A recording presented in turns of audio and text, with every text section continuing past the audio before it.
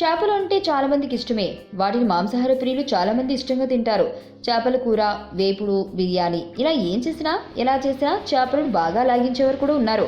అయితే ఇంతవరకు ఓకే, కానీ చేపలను తినేటప్పుడు పొరపాటున దాని ముళ్ళు గొంతులో ఇరుక్కుంటేనో అంటే అవును, ఆ ఛాన్స్ ఉంది. అందుకే చేప ముక్కను తినేటప్పుడు చాలామంది జంకుతారు, వాటిని నెమ్మదిగా తింటారు. అయినా పొరపాటున చేప ముళ్ళు గొంతులో ఇరుక్కుంటే అప్పుడు ఏం చేయాలంటే మనం తీసుకునే చిట్కాలను ఒకదాని తర్వాత ఒకటి ప్రయత్నించేయాలి. చేప ముళ్ళు గొంతులో ఇరుక్కుంటే ఎవరైనా పొట్ట మీద గట్టిగా ఒత్తమని చెప్పాలి.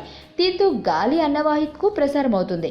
అదే పనిగా ఒత్తుతూ ఉంటే గాలికి ఆ ముళ్ళు బయటకు వస్తుంది, లేదంటే లోపల జీర్ణాశయంలోకి చేరుతుంది. అక్కడికి చేరితే ఇబ్బందినే ఉండదు. ఎలాంటి పదార్థాన్నైనా అరిగించే శక్తి మన కడుపులో యాసిడ్ ఉంటుంది.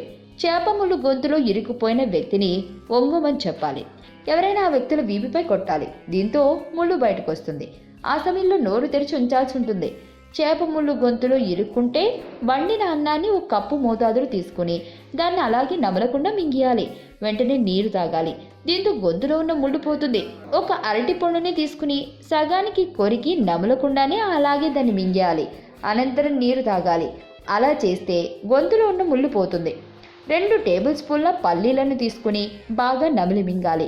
అవి కూడా ముళ్ళును లోపలికి తీసుకుపోతాయి. బ్రౌన్ బ్రెడ్ పీస్ను 1 తీసుకుని దానికి 2 వైపులా పీనట్ బటర్ రాయాలి. అనంతరం బ్రెడ్ను నోట్లో పెట్టుకుని మెత్తగా అయ్యే వరకు అలానే ఉంచాలి. అనంతరం దాన్ని నమలకుండా మింగాలి.